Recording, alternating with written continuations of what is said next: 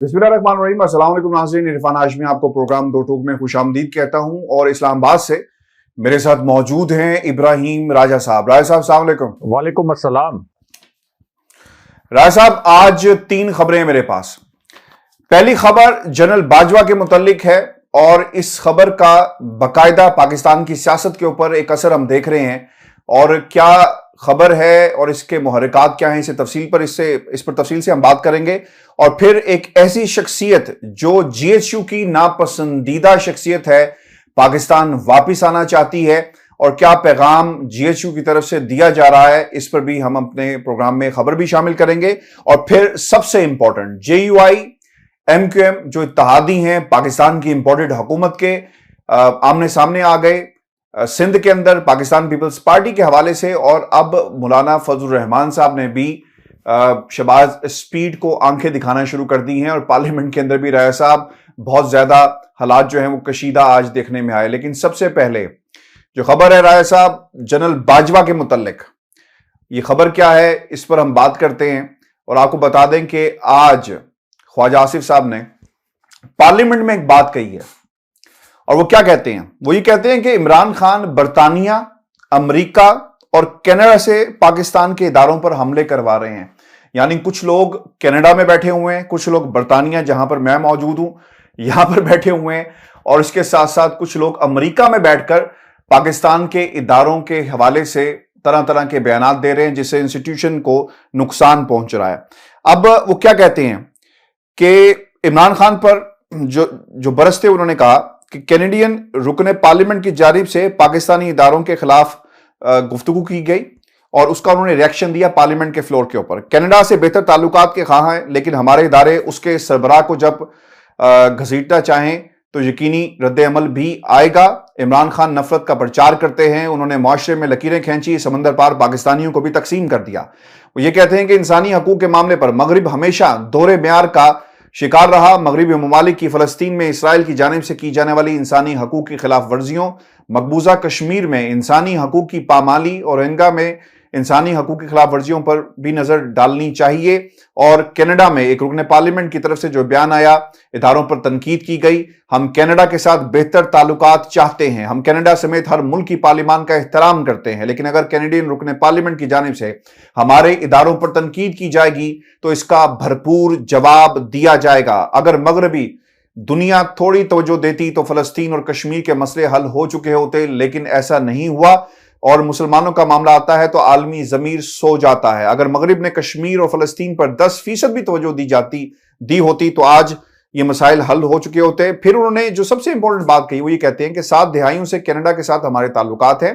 Canadian वज़ीर-ए-आज़म मुसलमानों के लिए अच्छे जज्बात रखते हैं, लेकिन मेरे पास भी तफसीलात है कि इस वक्त कनाडा की अंदरूनी सूरत हाल क्या है। और उन्होंने कनाडा के हालात के ऊपर भी तनकीद की और ऑब्वियसली ओवरसीज पाकिस्तानियों के हवाले से भी वो ये कहते हैं कि ये एक टूल बने हुए हैं इमरान खान का, जिन्हें इस्तेमाल किया जाता है। नफरतों की लकीरें खींची जा रही हैं ओवरसीज पाकिस्तानियों के हवाले से। राय साहब, मैं बरतानिया में रहता हूं और बीइंग एन ओवरसीज पाकिस्तानी, मेरा ये आपसे सवाल है, पाकिस्तान की 22 करोड़ आवाम से सवाल है कि जब आप गलत को गलत कहेंगे, सही को सही कहेंगे, तो फिर इसमें क्यों ख्वाजा आसिफ साहब जिस जमात से ताल्लुक रखते हैं, मुझे ऐसा ये फील हुआ बरतानिया के हवाले से कि शायद वो अपने कायद नवाज शरीफ की बात कर रहे थे कि बरतानिया से पाकिस्तान के इदारों पर हमला करवाया जाता है। और ये एक दफा नहीं 13 से 14 बार हमला हुआ है और ये किसने किया? नवाज शरीफ ने किया। राज साहब, किस तरह देखते हैं इस बयान को? ख्वाजा आसिफ की याददाश्त कमजोर है या फिर यह बयान किसी के कहने पर दिया जा रहा है? क्योंकि तीनों ममालिक का जो नाम लिया गया इसमें पाकिस्तानी ओवरसीज कम्युनिटी की एक बड़ी तादाद मौजूद है। बरतानिया में हमने एवन फील्ड का मुहासरा करते हुए लोगों को देखा और वो किसी के कहने पर नहीं आए, लीडरलेस निकले और उन्होंने पाकिस्तान में जो करप्शन हुई, जो इंपोर्टेड हुकूमत को मुसल्लत किया गया, एहतजाजन निकले। राय साहब, यहां पर बिरयानियां नहीं चलती, यहां पर कीमे वाले नान नहीं चलते, यहां पर सिर्फ और सिर्फ लोगों के पास शऊर है जो अपना रंग दिखा रहा है। हाशमी साहब, ये army chief general Qamar Javed Bajwa के मुतल्लिक जो खबर है, इसके 2-3 अहम पॉइंट्स पर बात करते हैं। लेकिन इससे पहले एक ब्रेकिंग न्यूज़, एक ऐसी खबर अपने नाजरीन के साथ शेयर करते हैं जिसके मुतल्लिक मैं आपसे भी कहूँगा और अपने नाजरीन से भी ये कहूँगा कि जरा अपना दिल थाम लें, अपने सीने पे हाथ रख लें, अपने दिल पे हाथ रख लें, और ये खबर सुनकर इनके कानों से धुआं भी निकल जाएगा। ये पाकिस्तान से रिलेटेड ऐसी खबर है जिससे पाकिस्तान को ऐसा नुकसान हुआ है जिसके मुतल्लिक कोई तसव्वुर नहीं कर सकता था, कोई इमेजिन नहीं कर सकता था कि पाकिस्तान को इस किस्म का खौफनाक झटका लगाया जा सकता है। और हाशमी साहब, वो खबर यह है कि चाइना ने एक कॉन्फ्रेंस को होस्ट किया है। चाइना ने एक आलमी कॉन्फ्रेंस की मेजबानी की है। इस कॉन्फ्रेंस में तकरीबन 24 ममालिक शरीक हुए हैं और इसी कॉन्फ्रेंस में भारत भी शरीक हुआ है। वो भारत जिसके साथ चीन का 2 साल तक डोकलाम में स्टैंड ऑफ रहा, 2 साल तक चीनी और भारतीय अफवाज आमने सामने रहीं, और फिर लद्दाख में इनका जो स्टैंड ऑफ था यह भी तकरीबन 2 साल तक जारी रहा, जहां दोनों जानिब से फौजियों की हलाकतें भी हुई। इतने बुरे ताल्लुकात चीन और भारत के दरमियान हैं कि 2 मरतबा 2-2 साल तक यहां पर महदूद पैमाने पर जंग होती रही दोनों मुल्कों के दरमियान, और अभी भी जो इनके सरहदी एरियाज हैं वहां पर लड़ाई होती रहती है। लेकिन इसके बावजूद 24 मुल्क जो कि तरक्की पजीर ममालिक थे, उनको इनवाइट किया चाइना ने इस कॉन्फ्रेंस को होस्ट किया, लेकिन पाकिस्तान को नहीं बुलाया गया। पाकिस्तान को नहीं बुलाया गया हाशमी साहब चाइना की जानिब से इस कॉन्फ्रेंस में। और सबसे पहले जब हमने इस मामले पर सवाल खड़ा किया था तो बहुत से लोगों ने यह कहना शुरू कर दिया कि आप तो पाकिस्तान के मफाद के खिलाफ बात कर रहे हैं। यानी हमने तो एक क्वेश्चन रेज किया था कि आखिर पाकिस्तान को क्यों नहीं बुलाया गया। चाइना हमारा ऐसा नेबर है कि चाइना की खातिर इमरान खान साहब के दौर में पाकिस्तान ने, अमेरिका ने जो एक कॉन्फ्रेंस का इनेकाद किया था जिसमें चाइना को इनवाइट नहीं किया गया था, तो पाकिस्तान ने उस कॉन्फ्रेंस का बायकॉट कर दिया था। और चीनी हुकूमत ने फिर इमरान खान साहब को एप्रिशिएट करते हुए यह कहा था कि पाकिस्तान हमारा आयरन ब्रदर है, हमारा एक आहिनी भाई है। लेकिन अब हुआ यह हाशमी साहब कि पाकिस्तान को ब्लॉक करवाया गया है, पाकिस्तान का इन्विटेशन, और अब दफ्तर खारजा यह तस्दीक कर रहा है हाशमी साहब। हमने तो बहुत पहले यह जराए से खबर दे दी थी, लेकिन दफ्तर खारजा ने, उनके स्पोक्स पर्सन ने बाकायदा तस्दीक की है कि एक मुल्क ने इस कॉन्फ्रेंस में पाकिस्तान की शिरकत को ब्लॉक करवा दिया, यानी इशारा था इंडिया की जानिब। लेकिन इसमें हाशमी साहब जो सबसे आप ये कह लें कि तशवीशनाक बात है वो ये है कि होस्ट कौन था? चाइना। और चाइना ने ये सारे इनविटेशंस दिए थे, चाइना ने इंडिया को तो बुला लिया, लेकिन अब ये शहबाज शरीफ की गवर्नमेंट में चाइना ने पाकिस्तान को नहीं बुलाया और भारत के दबाव पर या भारत के कहने पर पाकिस्तान का इनविटेशन ब्लॉक कर दिया। इससे आप अंदाजा लगा लें कि पाकिस्तान का एक ऐसा इत्तेहादी, एक ऐसा नेबर जो कि यूएन के लेवल पर पाकिस्तान के खिलाफ जो करारदादें आती रहीं उनके ऊपर टेक्निकल होल्ड लगवाता रहा। चाइना की वजह से पाकिस्तान के ऊपर बहुत सी ऐसी पाबंदियां जो आलमी सतह पर लग सकती थीं वो पाबंदियां रुकती रहीं। लेकिन अब उसी चाइना ने शहबाज शरीफ की हुकूमत में हमें इतने बुरे तरीके से नजरअंदाज कर दिया कि अपने बदतरीन दुश्मन भारत के कहने पर अपने बेहतरीन दोस्त पाकिस्तान को नजरअंदाज कर दिया और 24 मुल्क तरक्की पजीर ममालिक वहां पर शिरकत की उन्होंने इस कॉन्फ्रेंस में हाशमी साहब।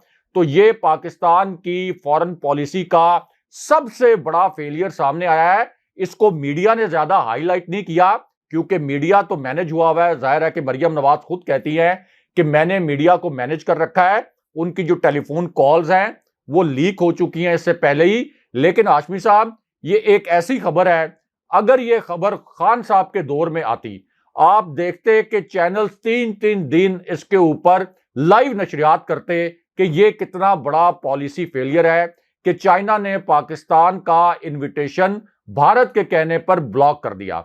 अब आ जाए army chief general Qamar Javed Bajwa की जानिब। इस खबर को, जो पिछली खबर थी, मैंने इसलिए डिटेल में बयान किया कि ये आपको मीडिया में खबर नजर नहीं आएगी, इस मीडिया को दबा दिया गया है। लेकिन फॉरेन ऑफिस ने कमेंट करके ये बता दिया है कि हाँ, इंडिया ने हमारे इस इनविटेशन को ब्लॉक करवाया। अब जनरल बाजवा का जो मामला है हाशमी साहब, जिस पर ख्वाजा आसिफ ने कमेंट किया है कौमी असेंबली में, एक तो कैनेडियन पार्लियामेंट में उनके एक मेंबर ने army chief general Qamar Javed Bajwa के मुतल्लिक जो कुछ कहा वो कोई ज्यादा लोगों को नहीं पता था। कुछ ही लोगों को पता होगा, बहुत ज्यादा लोगों को नहीं पता था। लेकिन ख्वाजा आसिफ की इस तकरीर के बाद जिनको नहीं भी पता था उन्होंने भी गूगल करके ट्विटर पर जाकर देख लिया होगा कि आखिर army chief general Qamar Javed Bajwa के मुतल्लिक कैनेडियन पार्लियामेंट के अंदर एक मेंबर ने क्या कुछ कहा और किस तरह के अल्फाज बोले। तो एक तो ख्वाजा आसिफ ने उल्टा जनरल बाजवा के लिए इस खिताब से, इस तकरीर से उनकी कोई फेवर नहीं की, उनके लिए मुश्किलात पैदा की। दूसरा हाशमी साहब, army chief general Qamar Javed Bajwa और हमारी फौज के कोर कमांडर्स और जो आला तरीन फौजी अफसरान हैं वो ख्वाजा आसिफ की इस रंगबाजी के ऊपर, बिल्कुल खान साहब ने ठीक अल्फाज बोले थे ख्वाजा आसिफ को पहचान कर, क्योंकि वो मर्दम शनास आदमी हैं, एक बहुत बड़े लीडर हैं। उन्होंने ख्वाजा आसिफ का नाम रखा था रंगबाज। तो ये जो रंगबाजी की है इस पर जनरल बाजवा ने भी जब ये तकरीर सुनी होगी अपने ड्राइंग रूम में टीवी स्क्रीन पर, तो वो भी बड़ा मुस्कुरा रहे होंगे, बड़ा हंस रहे होंगे, और इसी तरह बाकी कोर कमांडर्स भी, कि ये किस लेवल के खुशामदी हैं, किस लेवल के ये मुनाफिक हैं। क्योंकि यही जो ख्वाजा आसिफ हैं जो आज ये कह रहे हैं कि हमारे इदारे के सरबराह के मुतल्लिक अगर कनाडा में कोई बात की जाएगी तो हम उस पर रिस्पोंड करेंगे, हम उसका जवाब देंगे। ये ख्वाजा आसिफ की आप ऑडियो सुन लें अभी ट्विटर पर जाकर या गूगल पर जाकर, यूट्यूब पर जाकर। ये तो पाक फौज के खिलाफ असेंबली में खड़े होकर ये कहते रहे।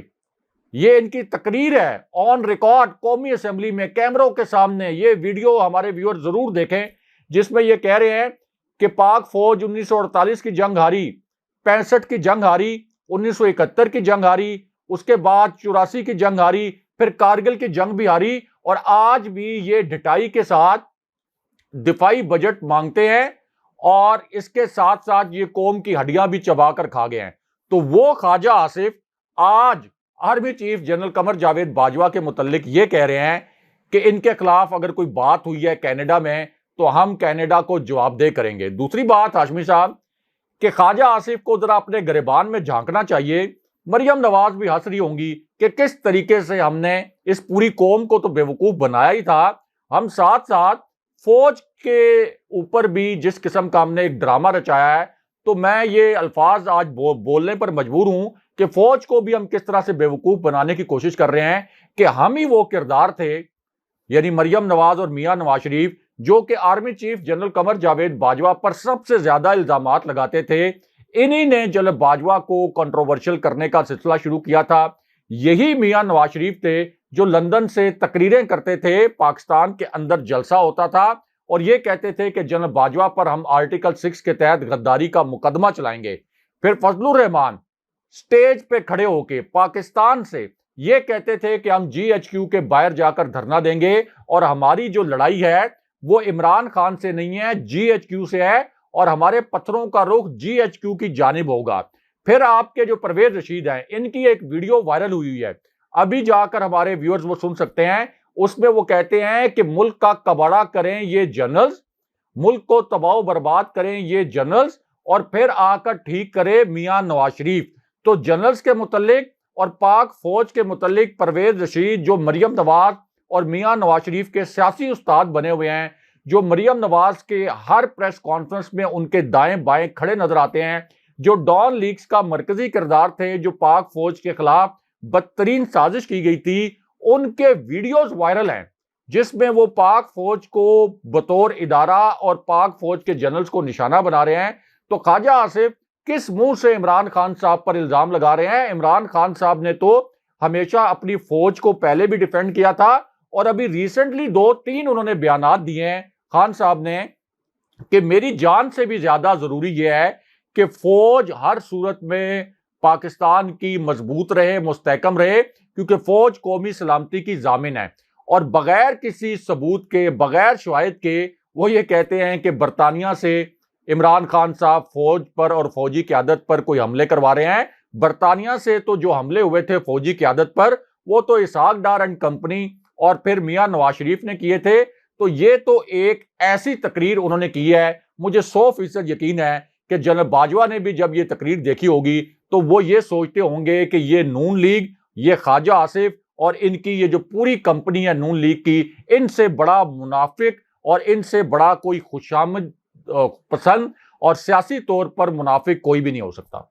राज साहब, दूसरी खबर, एक ऐसी शख्सियत जो GHQ की नापसंदीदा है और अब ये पाकिस्तान आ रहे हैं, और ये फैसला इसलिए किया गया, कुछ अर्सा पहले लंदन से खबर हमने अपने इसी प्लेटफॉर्म पे शेयर की थी कि नवाज शरीफ साहब पाकिस्तान की जो माशी टीम है उससे खुश नहीं है, और उन्होंने कहा था कि अगर मुश्किल फ़ैसले हमने किए हैं तो हमें इसकी कीमत सियासी अदा करनी पड़ेगी, लिहाजा अगर आपने माशी टीम को तब्दील करना है तो कर दें और हमें बोल्ड स्टेप्स लेने पड़ेंगे।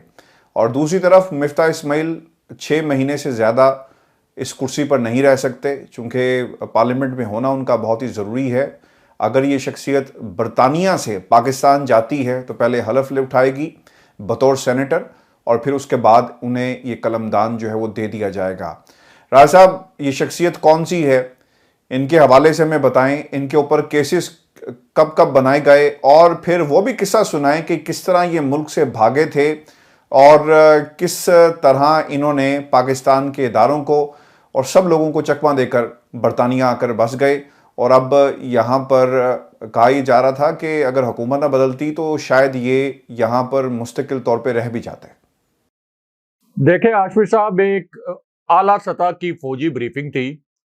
Army chief general Qamar Javed Bajwa खुद ब्रीफिंग दे रहे थे, सहाफ़ी इस ब्रीफिंग में मौजूद थे, कुछ दीगर तबकात के नुमाइंदे भी मौजूद थे। कुछ सवालात ऐसे थे जिनके जवाबात दीगर जनरल्स ने दिए और दीगर फौजी अफसरान ने दिए, लेकिन कुछ सवालात ऐसे थे जिनके जवाबात बराह रास्त army chief general Qamar Javed Bajwa ने खुद दिए।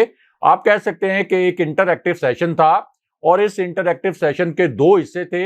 एक हिस्से में ब्रीफिंग थी और दूसरे हिस्से में उसी ब्रीफिंग से रिलेटेड सवालात थे।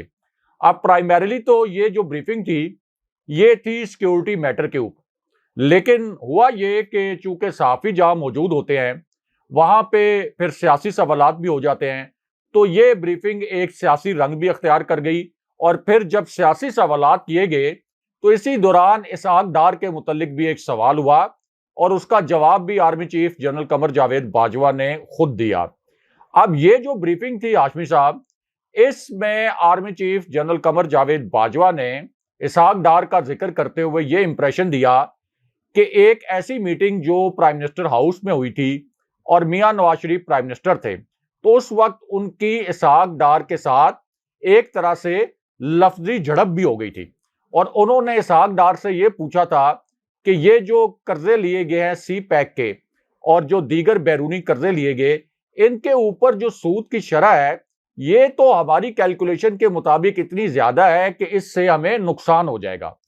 फिर हाशमी साहब, एक मुबैना तौर पर किक बैक्स के मामले पर भी army chief general Qamar Javed Bajwa और फौजी अफसरान की जो ब्रीफिंग्स रही हैं उसमें बात हुई कि एक एम्बेसडर ने हमारी फौज के अफसरान को आगाह किया था कि इसहाक डार किस तरीके से कमीशन मांग रहे हैं।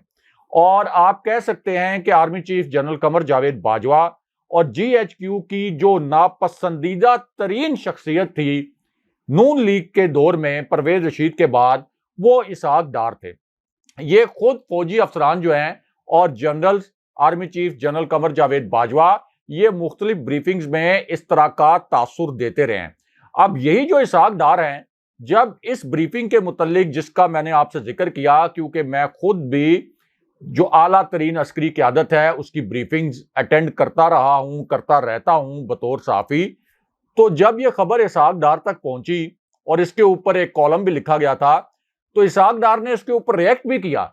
यानी इसहाक डार को पता चल गया कि जनरल बाजवा ने एक ब्रीफिंग में मेरे लिए नापसंदीदगी का इजहार किया, तो उसके बाद इसहाक डार ने एक इंटरव्यू के दौरान इसके ऊपर रिएक्ट भी किया। तो इसका मतलब यह है कि ये जो ब्रीफिंग है उसमें जो नुकात बयान किए गए वो सच थे, और इस हद तक तो 100% सच थे कि जनरल बाजवा इसहाक डार को शदीद नापसंद करते थे। अब वही इसहाक डार हैं जिनके लिए GHQ की इस हद तक नापसंदीदगी थी।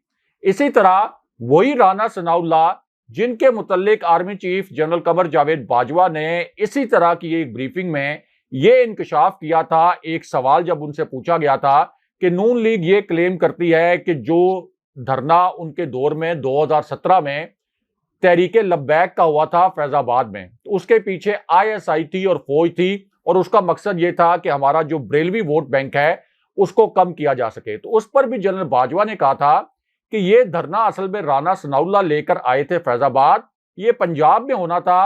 राना सनाउल्लाह वजीर कानून पंजाब थे, उन्होंने पंजाब हुकूमत में शहबाज शरीफ की जान छुड़ाने के लिए तहरीके लब्बैक के कायदीन को कहा कि आप फैजाबाद ये धरना ले जाएं और फिर आप राना सनाउल्लाह से ये कंफर्म कर लें। अब बतौर साफी हमने राना सनाउल्लाह से कंफर्म किया तो वो मान गए, एतराफ़े जुर्म कर लिया और उन्होंने कहा कि हाँ, मेरे कहने पर यह धरना फैजाबाद आया था, लेकिन यहां पर हमारे जो वजीर बराए मजहबी अमूर थे राजा जफरुल हक, उन्होंने तमाम मामलात खराब कर दिए और तमाम जो कमिटमेंट्स की थी उनसे वो पीछे हट गए।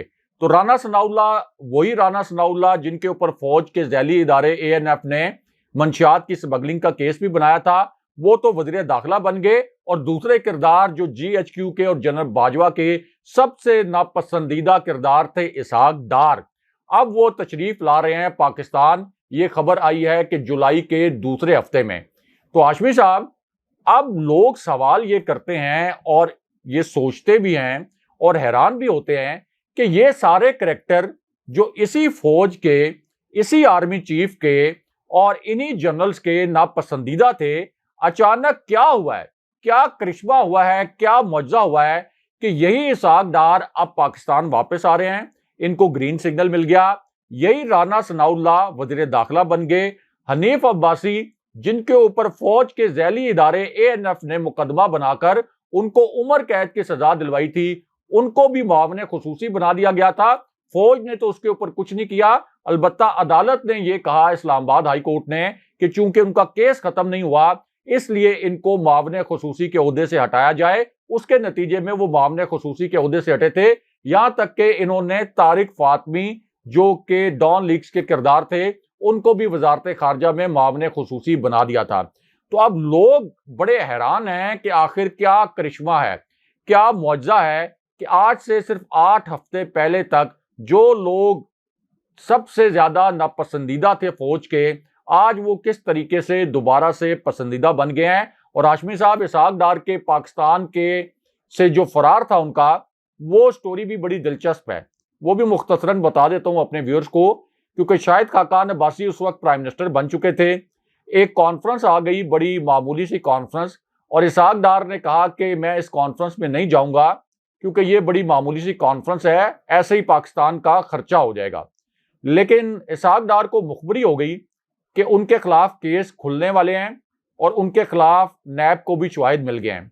तो इसहाक डार ने शाहिद खाकान अब्बासी जो प्राइम मिनिस्टर थे उनका तैयारा इस्तेमाल किया, जो सरकारी तैयारा था, खिलाफे ज़ाब्ता इस्तेमाल किया, उस पर फ्लाई किया, उस कॉन्फ्रेंस में शिरकत भी नहीं की और वहां से फिर वो लंदन चले गए, आज तक वापस नहीं आए। लेकिन अब वो वायसराय बनकर अचानक, जिनके ऊपर करोड़ों रुपए के केसेस हैं, जिनके मुतालिक हमें फौज ने बताया कि उनकी पॉलिसियों ने तबाह कर दी थी पाकिस्तान की मैशत को, अब वो वायसराय के तौर पर दोबारा पाकिस्तान आ रहे हैं और पाकिस्तान के 22 करोड़ लोगों के ऊपर दोबारा से मुसल्लत हो जाएंगे। तो इसी वजह से फिर लोग ट्विटर पर डीजीआईएसपीआर को टैग कर करके सवालात पूछते हैं कि ये सब कुछ कैसे हो रहा है, और इसके पीछे असल में जो वजूहात हैं वो जाहिर है कि अवाम को भी पता चलनी चाहिए। इस वजह से अवाम में जो गम और गुस्सा है वो फिर बढ़ता जाता है। राय साहब, हम आज से 3-4 माह पहले, बल्कि जब पीडीएम बनी थी उस सब भी ये बात करते थे कि ये कंपनी नहीं चलेगी, ये फिल्म नहीं चलेगी। अब इम्पोर्टेड हुकूमत जब से आई है, इख्तलाफात भी सामने आना शुरू हो गए और इत्तेहादियों के साथ जो सलूक किया जा रहा है, अब ये जुबान ज़द-ए-आम है इन तमाम इत्तेहादियों के, पार्लियामेंट हो, पार्लियामेंट से बाहर हो। अब इसमें एमक्यूएम का बयान, इसके साथ साथ जमीयत उलमा इस्लाम फे ग्रुप का बयान और बाकी जो इत्तेहादी हैं बहुत ही अहमियत के हामिल हैं। एमक्यूएम ने जो बयान जारी किया है, और वसीम अख्तर साहब ये कहते हैं कि बल्दियाती इलेक्शन पर तहफ़्फ़ुज़ात का इजहार करते हुए कह रहे हैं कि एमक्यूएम ने पीपल्स पार्टी से मुआहदा किया था, लेकिन हम ये मुआहदा ख़त्म भी कर सकते हैं क्योंकि हमारे मुतालबात किसी सूरत भी पूरे नहीं किए जा रहे हैं। और तहफ़्फ़ुज़ात का इजहार वो कर रहे हैं बल्दियाती इंतखाबात के हवाले से, और इल्ज़ाम इसे कहें हकीकत कहें, वो ये कहते हैं कि हमारे मैंडेट को राजा साहब उन्होंने तस्लीम नहीं किया, उसका एहतराम नहीं किया गया। मीरपुर और सखर की सीट्स हमारी थी, हल्का बंदियां नहीं हुई, और अगर हमारी बातों को ना माना गया तो MQM भादराबाद पर ताला लगाकर सड़कों पर होगी। अच्छा, ये बात यहां पे नहीं रुकती। इनका साथ देने के लिए JUI ने भी मैदान में आ गई है और उन्होंने सिंध हुकूमत के खिलाफ तहरीक चलाने का ऐलान बाकायदा तौर पर कर दिया है। और इस ऐलान के साथ वो ये कहते हैं, जो JUI सिंध के सेक्रेटरी जनरल राशिद महमूद सुमरो हैं, वो ये कहते हैं कि सिंध के 14 अजला में होने वाली बल्दियाती इंतखाबात में पीपल्स पार्टी ने खुल्लम खुल्ला धांधली की है। MQM के भी तहफ़्फ़ुज़ात हैं, JUI फे के भी तहफ़्फ़ुज़ात यही हैं, और हम इस इलेक्शन को किसी सूरत जो है वो तस्लीम नहीं करते। और दूसरी तरफ जरदारी भगाओ सिंध बचाओ तहरीक शुरू करने का उन्होंने अपनी क़यादत से ये मुतालबा कर दिया है। राज साहब, आपकी तरफ जाने से पहले आज कौमी असम्बली में, यानी कल कौमी असम्बली में क्या हुआ वो भी बहुत इंटरेस्टिंग है, और वहां की जो गुफ्तगू है वो हासिल है इस हुकूमत का। जो दो मेन तहादी हैं वो कैसे फटे। एक तो बलोचिस्तान अवामी पार्टी है, उनके पार्लिमानी लीडर खालिद मक्सी ने इजलास में कहा कि पहले हमारे पास तब्दीली के लिए बड़े चक्कर लगते थे, वो गिला कर रहे हैं जरदारी साहब से, उन तमाम तहादियों से, और हमारी शक्लें भी अच्छी लगती थी, अब नहीं लगती, हमें इत्तेमाद में भी नहीं लिया जाता। और खालिद मक्सी ये भी कहते हैं कि अभी भी वक्त है कि रवैये बदल लें और हमारी शिकायत का इजाला किया जाए। हमें वजारत भी देते हैं तो बगैर कलमदान के। और उन्होंने कहा कि हुकूमत की तब्दीली का मकसद कुछ और था, लेकिन सूरत हाल देखकर ऐसा लगता है कि PTI दौर में अलग माहौल था और अब कुछ और माहौल है। तेरी याद आई तेरे जाने के बाद। और फिर उन्होंने ये भी कहा कि ख्वाजा आसिफ और जो असलम भूटानी थे, ये तरक्याती कामों पर इनकी नोकझोंक भी हुई है वहां पर। और उन्होंने कहा कि 2 माह में 3 मरतबा ग्वादर गए और ग्वादर में बड़े तरक्याती काम हो रहे हैं।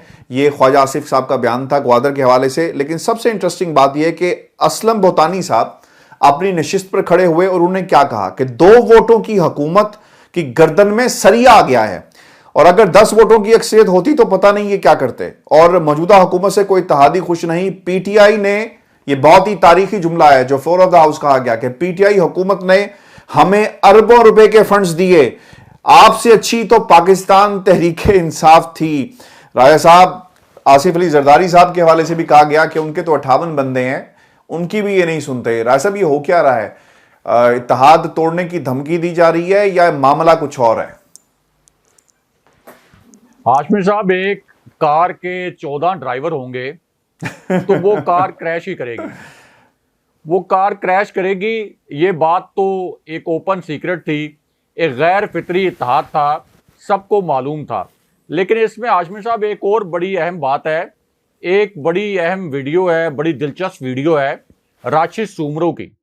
और राशिद सुमरो की ये वीडियो भी गूगल की जा सकती है या यूट्यूब पर देखी जा सकती है। इस वीडियो में राशिद सुमरो ये कह रहे हैं कि बिलावल भुट्टो का एक एक नवाला जो आज तक बिलावल भुट्टो ने खाया है, ये हराम का नवाला है। बिलावल भुट्टो ने आज तक हलाल का एक नवाला नहीं खाया। फिर वो ये कहते हैं कि बिलावल भुट्टो के पास जितनी गाड़ियां हैं ये हराम से बनी हुई हैं, ये हराम के माल से, जो भी इनके पास करप्शन से इन्होंने पैसा इकट्ठा किया उससे इन्होंने ये बेच कीमत गाड़ियां खरीदी हैं। और बिलावल भुट्टो जिस घर में रहते हैं वो तमाम घर भी हराम के पैसे से बनाए गए हैं। अभी आप सर्च करें राशिद सुमरो की ये वीडियो तो हमारे व्यूअर्स को मिल जाएगी। अब इस हद तक राशिद सुमरो की क़यादत में जो JUI सिंध है उसके पीपल्स पार्टी के साथ इख्तलाफात हैं। यहां तक के राशिद सुमरो ने बेनजीर भुट्टो साहिबा की जो बरसी थी, जिसका एक इज्तिमा गड़ी खुदा बख्श में होना था, वहां पर पीपल्स पार्टी की क़यादत के खिलाफ नारे लगवाने की मंसूबाबंदी की थी। ये बात बिलावल भुट्टो तक पहुंच गई थी और फिर बिलावल भुट्टो ने फजलुर रहमान से कहा था कि ये तो हद कर दी है आपने पीपल्स पार्टी की मुखालफत में कि मेरी मरी हुई मां की बरसी के ऊपर भी आप हमारे खिलाफ साजिश कर रहे हैं। तो इस हद तक ये गैर फितरी इत्तेहाद था और ये जो गैर फितरी इत्तेहाद होता है हाशमी साहब, ये आज खुद नहीं बनता, ये आज खुद नहीं बनता। इसमें समझने वाली बात है, इसके अंदर कुछ और ताकतें होती हैं जो उनको जोड़ती हैं, क्योंकि इत्तेहाद बनते हैं फितरी तरीके से। नून लीग और पीपल्स पार्टी भी एक गैर फितरी इत्तेहाद है, JUI और पीपल्स पार्टी एक गैर फितरी इत्तेहाद है, MQM और पीपल्स पार्टी जिनका सबसे ज्यादा एक दूसरे के साथ मुखालफत रही, उनको भी इकट्ठे कर दिया गया। लेकिन अब इस गैर फितरी इत्तेहाद के जो नताइज हैं वो सामने आ रहे हैं कि MQM कह रही है, जिस तरह से पहले कहती थी कि पीपल्स पार्टी ने बदतरीन धांधली करवाई और हम हुकूमत से अलग हो जाएंगे। JUI कह रही है पीपल्स पार्टी ने बदतरीन धांधली करवाई, शहबाज शरीफ से भी गिला शिकवा कर रहे हैं। फिर बलोचिस्तान अवामी पार्टी, जिसको बाप कहते हैं, और सबको पता है कि बाप से क्या मुराद है, एस्टेब्लिशमेंट की वो सियासत करते हैं, वो भी जिस तरीके से तहरीक इंसाफ को छोड़कर गए और अब यहां पर वापस आए हैं इस हुकूमत का हिस्सा बने, इस इंपोर्टेड हुकूमत का, तो अब असल में वो ये चाहते हैं कि हमने अगर खान साहब की हुकूमत छोड़ी है तो कोई नोट वगैरह हमें दिखाएं, हमारा कोई मूड बने। वो जो एक पंजाबी में गाना भी है, तो हमें कोई नोट वगैरह दिखाएं। तो इस वक्त नोट तो जाहिर है कि ये मुल्क जिस तरह से मुल्क का दिवालिया निकला है, तो इनके पास अब ऑप्शन यही है कि जिस तरीके से इन्होंने वजारतों में नवाजा है इन 14 जमातों को, इसी तरह इनको फंड्स की मद में भी नवाजना पड़ेगा। और मुल्क के आप ये कह लें कि मसाइल हल करने के लिए तो पाकिस्तान के वसाइल अब खर्च नहीं होंगे, बल्कि इनको मनाने के लिए अब फंड्स दिए जाएंगे, इनको नवाजा जाएगा, ताकि किसी भी तरीके से हुकूमत बचाई जा सके। क्योंकि ये जो 2 वोट हैं हाशमी साहब, इसमें तो अगर सिर्फ सालिक हुसैन और तारिक बशीर चीमा के वोट वापस चले जाएं, यानी चौधरी शुजात हुसैन को एक टेक्स्ट मैसेज भी चला जाए किसी कैप्टन का, army chief general Qamar Javed Bajwa या किसी कोर कमांडर का छोड़ के किसी कैप्टन या किसी मेजर का भी टेक्स्ट मैसेज चला जाए, तो ये 2 वोट अलग हो जाएंगे, तारिक बशीर चीमा के और चौधरी सालिक हुसैन के। तो इसलिए ये हुकूमत बड़ी कमजोर विकेट पे खड़ी है। और अगर इस हुकूमत को 1 साल पूरा कराने की कोशिश की गई जबरदस्ती इस गैर फितरी इत्तेहाद के जरिए, तो उसका नतीजा ये निकलेगा कि पाकिस्तान के जितने वसाइल पाकिस्तान की तरक्की पर खर्च होने चाहिए, वो सारे वसाइल इस्तेमाल होंगे इन लोगों को अकोमोडेट करने के लिए, इनकी जेबें भरने के लिए। बहुत शुक्रिया साहब। व्यूअर्स, आज का शो था, अपने कमेंट्स जरूर भेजिएगा, चैनल को सब्सक्राइब करना मत भूलें। मुझे और इब्राहिम राजा को इजाजत दीजिए। अल्लाह ने के बाद।